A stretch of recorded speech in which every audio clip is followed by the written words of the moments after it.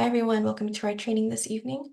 We are so excited to have Dr. Mary Young, Executive Director of the San Mateo County SELPA, here to talk about the new alternative pathways to a diploma for students with significant cognitive disabilities. First, for anyone who's new here, we want to briefly talk about what the FRC does here in San Mateo County. We serve families who have children with disabilities between the ages 0 to 22. We are staffed by parents and caregivers of children and young adults with disabilities, and we provide support, information, resources, and referrals to navigate the systems. We also offer trainings like this one, monthly support groups, a resource finder, and a monthly e-newsletter.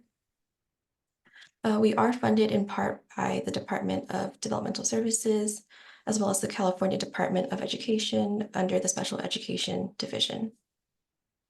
I want to give a disclaimer that the FRC is not a legal firm or legal services agency, and we cannot provide any legal advice. Any information provided by us should not be considered a means of taking the place of legal advice that must be obtained through an attorney. With that, we invite you all to connect with us, and we'll put our contact information in the chat. Thank you, Iris, and thank you for the FRC for inviting me tonight. I am, as Iris mentioned, my name is Dr. Mary Young. I am the Associate Superintendent of the San Mateo County SELPA, which is a special ed local plan area. And I am going to, I'm hoping that Iris or Sonia will also help manage the chat for me if there are any comments or questions that come up as we go along. So the San Mateo County Special Ed Local Plan Area, this is our team. And so if you call our office, you might receive or you might hear from any one of these people. Lauren Berlin and Lansane Torre are our SELPA coordinators, and they field a lot of our calls from families with questions about special education or questions about the IEP process. And so typically those any questions that come into our office are routed to Lauren and Lansane. Trisha is our admin assistant, and she does a lot more than just manage the administrative components of our office, but you might hear from her as well sometimes if you are calling our office. Eugenie and Janine support some of our monitoring activities that we do in support of our member local education agencies. And so I wanted to give you guys a quick overview of who we are because you might wonder why we have this information to share and then why you might not or it might take a while for you to receive some of this information. So the San Mateo County SELPA is basically made up of 23 school districts, 9 charter schools, and the San Mateo County Office of Education. So we represent a consortia of 33 local education agencies. And so what we do is we at the SELPA are guided by what's called the local plan. And that kind of encapsulates all the policies and procedures for special education within our SELPA. Additionally, we support all of our we call this our member LEAs, with programming if they need supports with programming, they need support with figuring out how to serve your children. That's one of the things that we support our member LEAs with as well. Sometimes families have questions, and so we might also receive questions from you guys because we are a neutral party. As a consortium representative, we don't actually tell the districts what to do, but we support with any questions that you might have and provide resources that you might need, and or also that the member LEAs might need. I'm going to try and refrain from acronyms, just as I said, LEA. So, and if I need to slow down, please pause me. So that's kind of what we do as a SELPA. This is actually a slide for all the different things that we've done. But a big part of what we're doing right now is legislative advocacy. You may have heard a lot of rumblings about what's going on in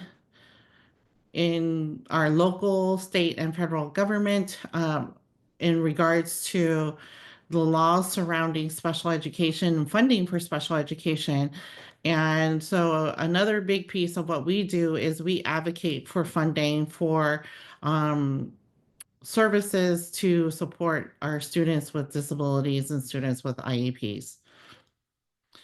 So tonight we're here to talk about the alternative pathway to high school diploma. So right now, in the law, there were some changes in 2022 and 2023 that changed Ed Code to allow for high school diplomas for students with significant cognitive disabilities.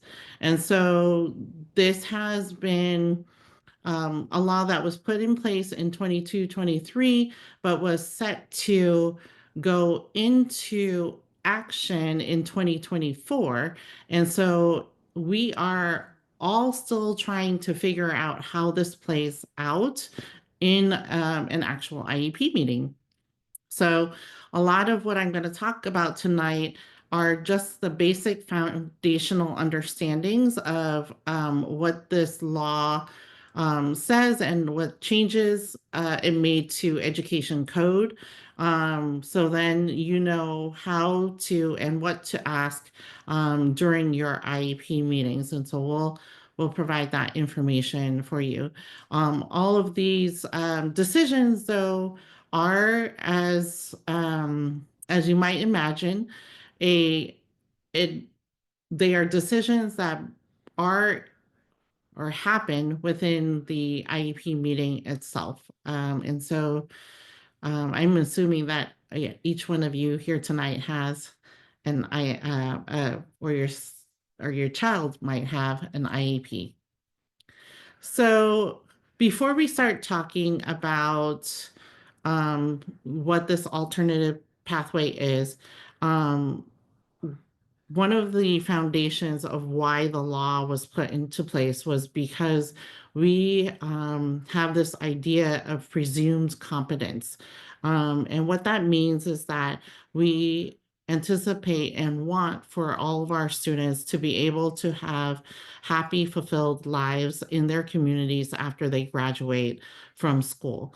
And so in that vein, the alternative pathway to a high school diploma is an opportunity for those with significant disabilities to be able to choose what they would like to do after their school age years.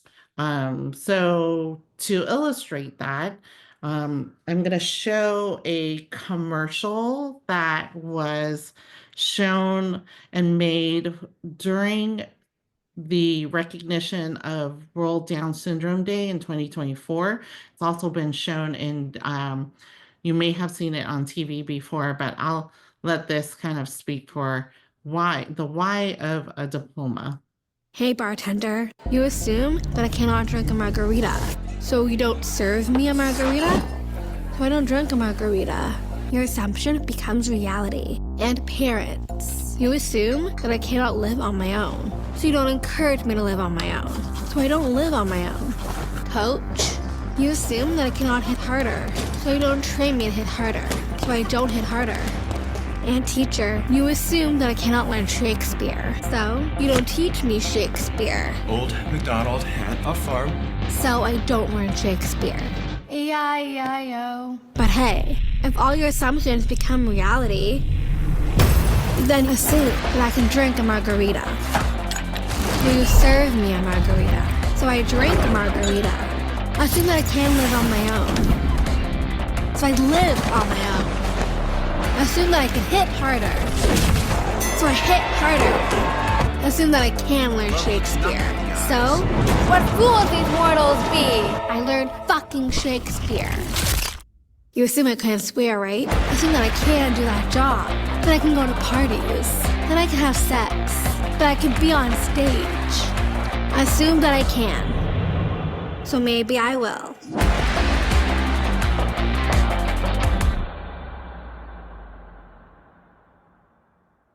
So apologies if any of you are offended by the language. Hey, bartender. You assume that I cannot.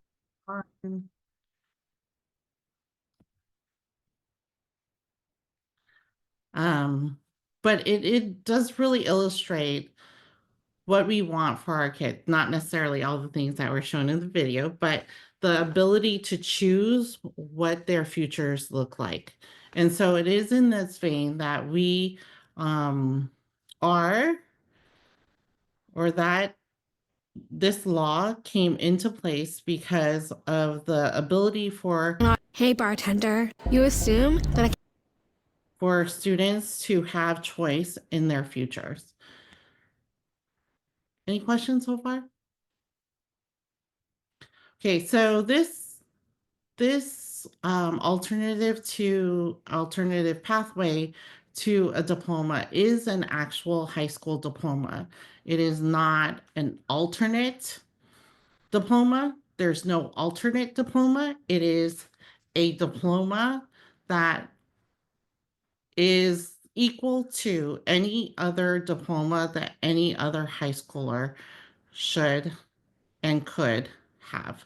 And so this is an opportunity to assume that we have the ability to provide for our students with significant cognitive disabilities the right to a diploma if they complete the coursework and the pathway, or take the pathway leading to this alternate diploma.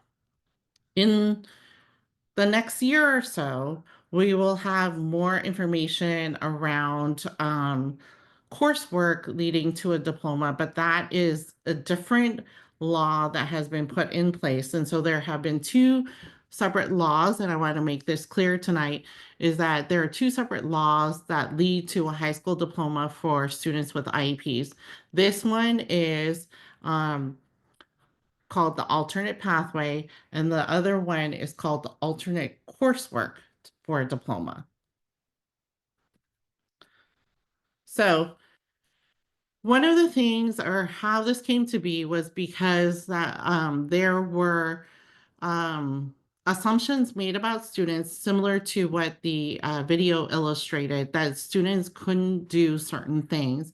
And so the assumptions that it led to basically gave students less choices about what they could do after they graduated high school, or after they completed post-secondary services when they turned 22. And so, and this is speaking specifically for students with significant cognitive disabilities, because they would receive post-secondary services after age 18. And so it was because of federal guidance that California started looking into how to make this possible for all students in California. And there was a work group that looked at transitions, supports, and services for students between the ages of 18 to 22 in order to determine how they could support a student to earn a high school diploma.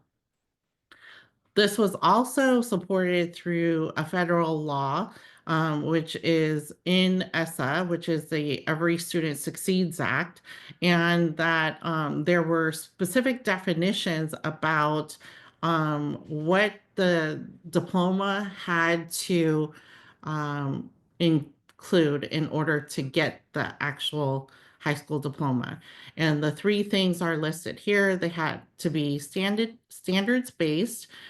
They had to be aligned with the state requirements for the high school diploma, and it actually also had to meet the requirements of ensuring FAPE, or free appropriate public education, for students under IDEA.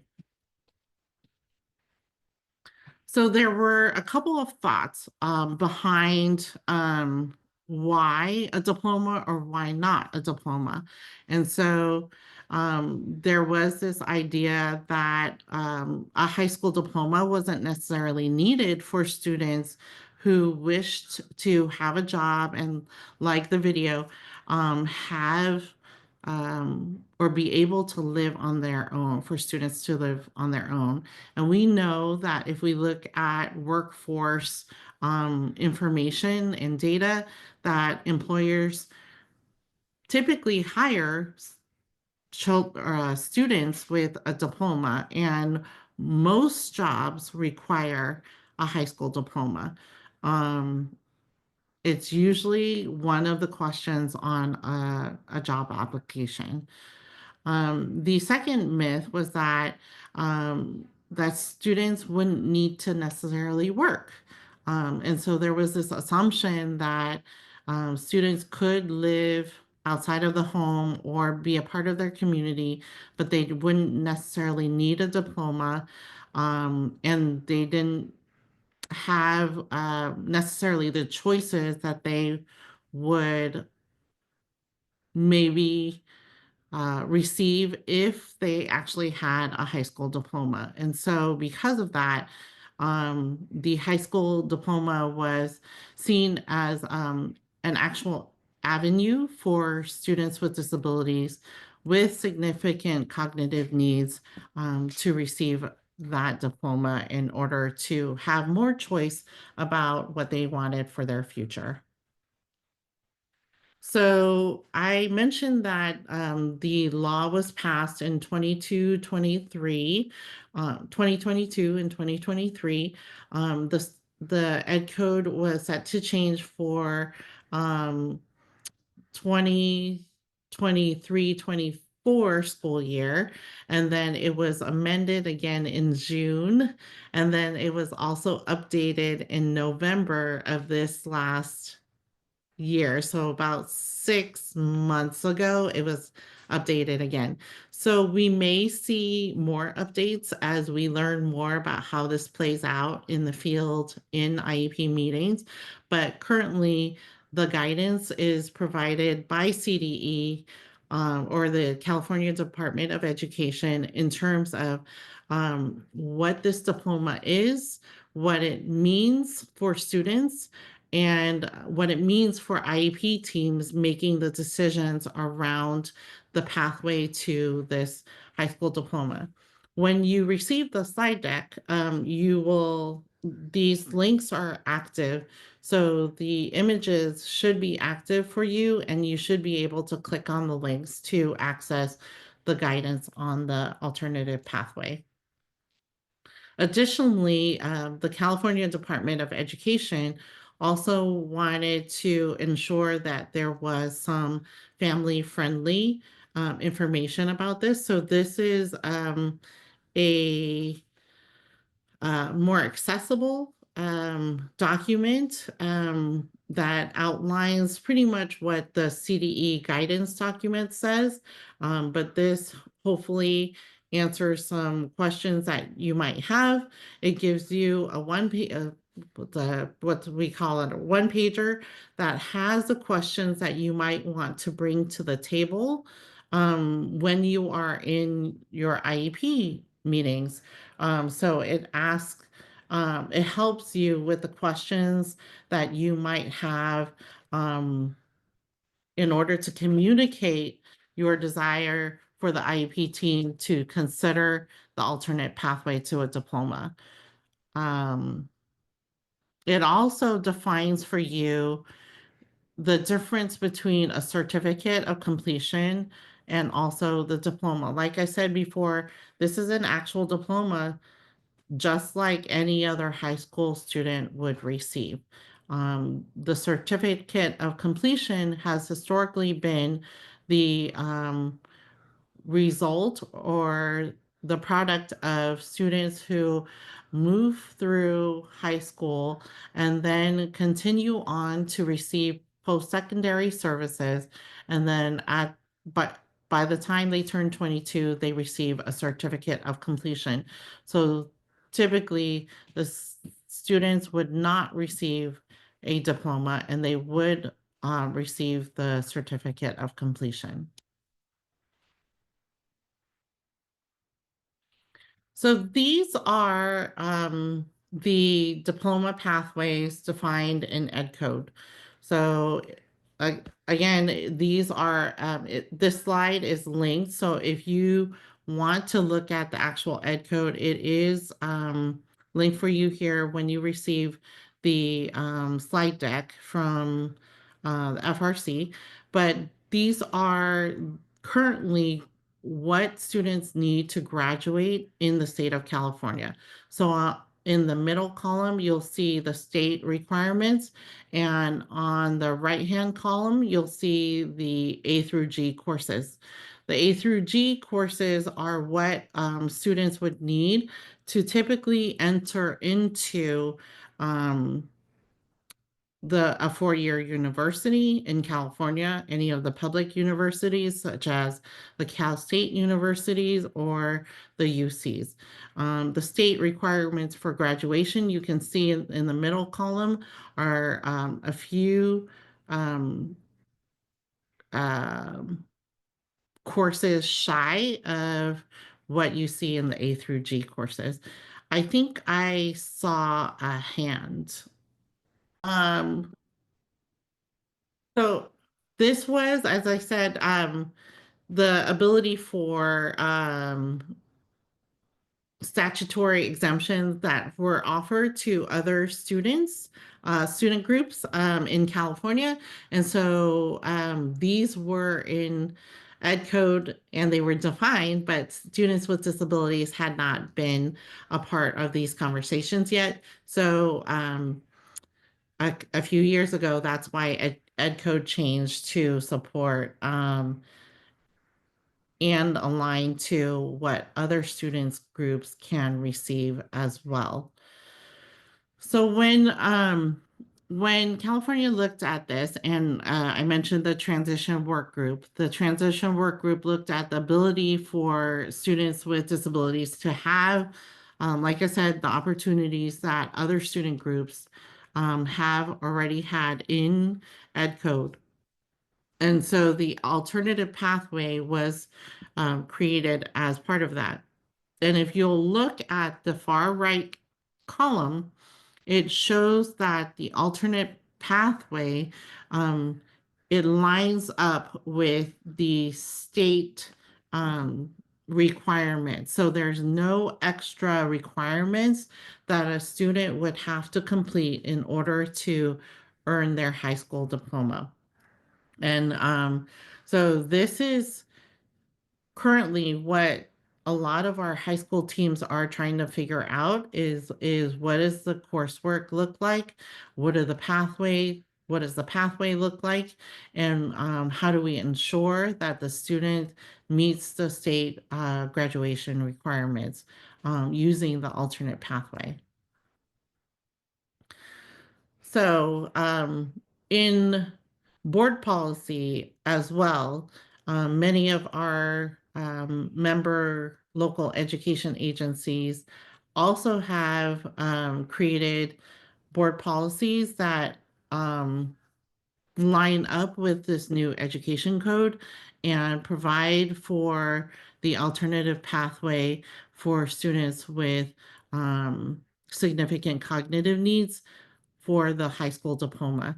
So if any of your students if you've been in a high school, comprehensive high school, a lot of times you'll see that students can take a number of classes that are not required for graduation.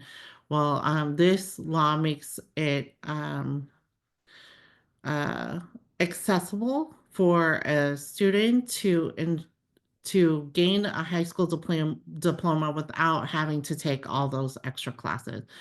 I think that Okay, so Molly, you had a question too? All right. Okay, so this actually, in this document, it's super tiny, and I don't expect you guys to be able to read it. But it also shows you kind of the alignment with the alternative pathway. Again, this document is linked in the slide deck as well, and so it shows you kind of what it looks like for who's eligible, what are the requirements, what accommodations, curriculum modifications, any of these considerations that should be taken by the IEP team.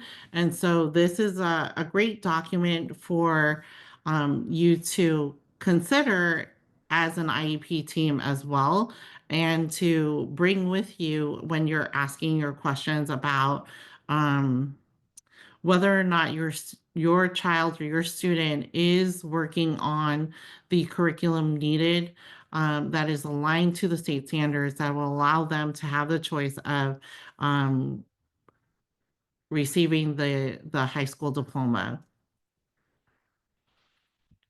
I mentioned earlier the family the handout, and there were questions at the bottom of the page.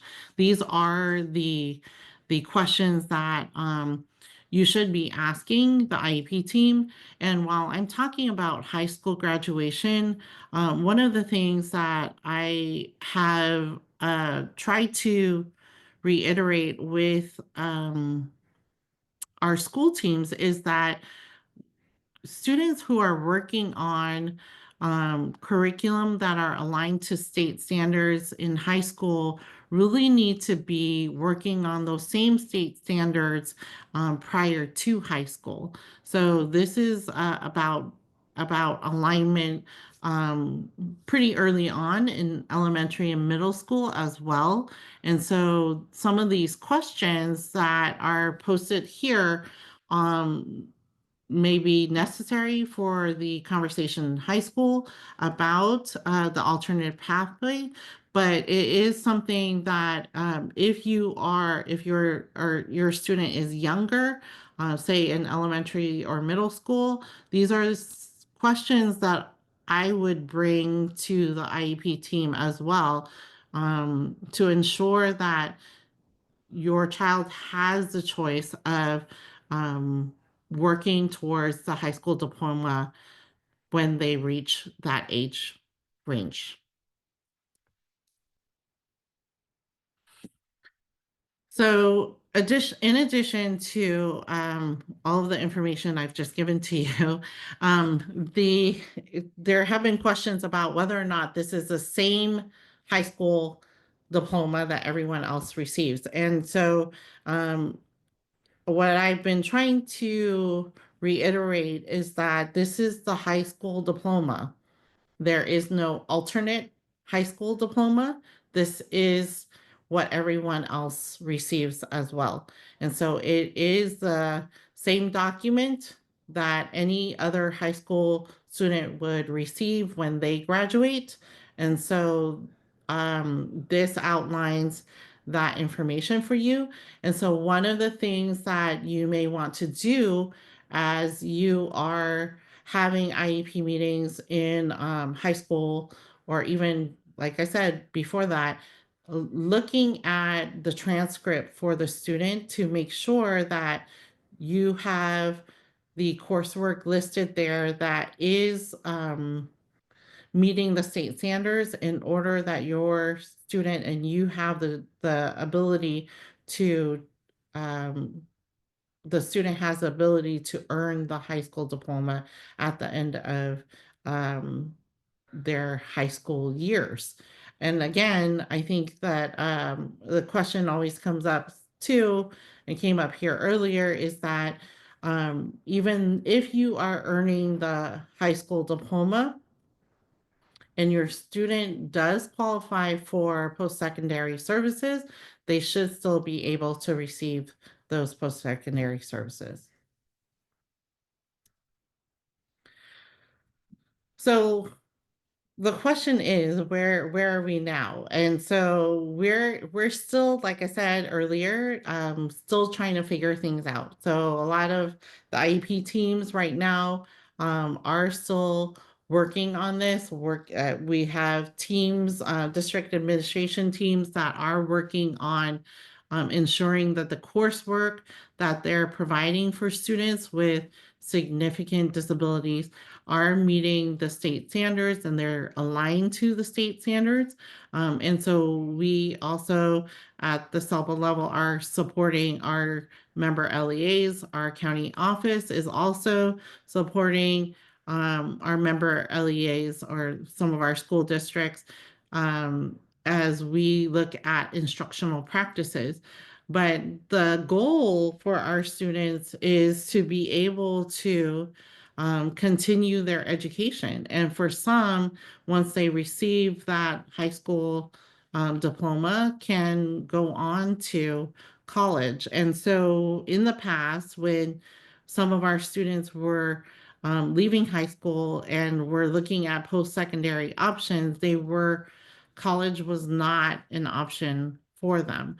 And so we now have the Rebel Seed Scholars Program at UC Davis, where the first cohort of students is going to graduate, I believe, next year from college. And so these are individuals who have earned a um, high school diploma or certificate of completion, and they've gone on to college. The, the opportunity that students have with the high school diploma is to have the opportunity to go on to four-year universities and college by meeting state standards for graduation. There's other programs. This one's at Fresno State. There's one also, I believe, at the CSUs are working on a number of different programs as well. Also, the Sacramento County Office of Education, along with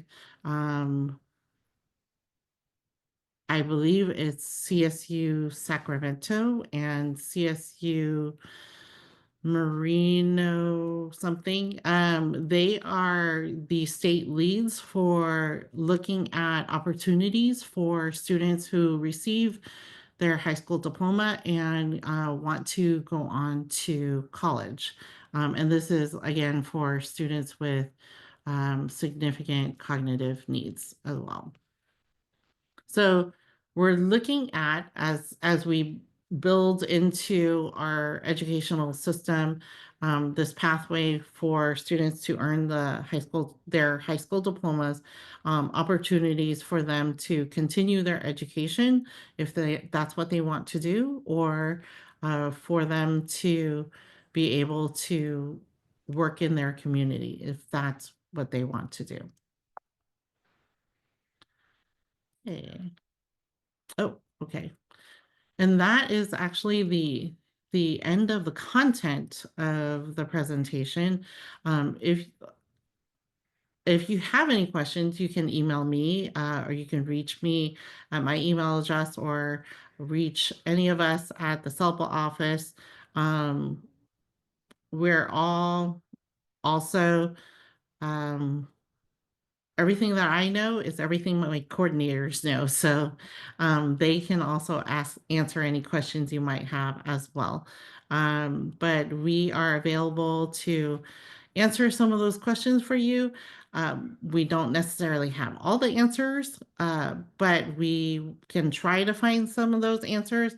And also we are working in support of our member educational agencies to ensure that this is provided for students with IEPs if this is the direction that they want to go. Okay, thank you everyone. That concludes our training. Thank you everyone for your questions and your thoughtful engagement. Big thank you to Dr. Young for your presentation and the reminder that we are all on this learning journey together. Appreciate you sharing this information. Thank you to our interpreters, Tony and Yenny. And as a reminder, we will be sending out a follow-up email tomorrow with the presentation and materials from this training. Okay, have a great evening, everyone. Thank you.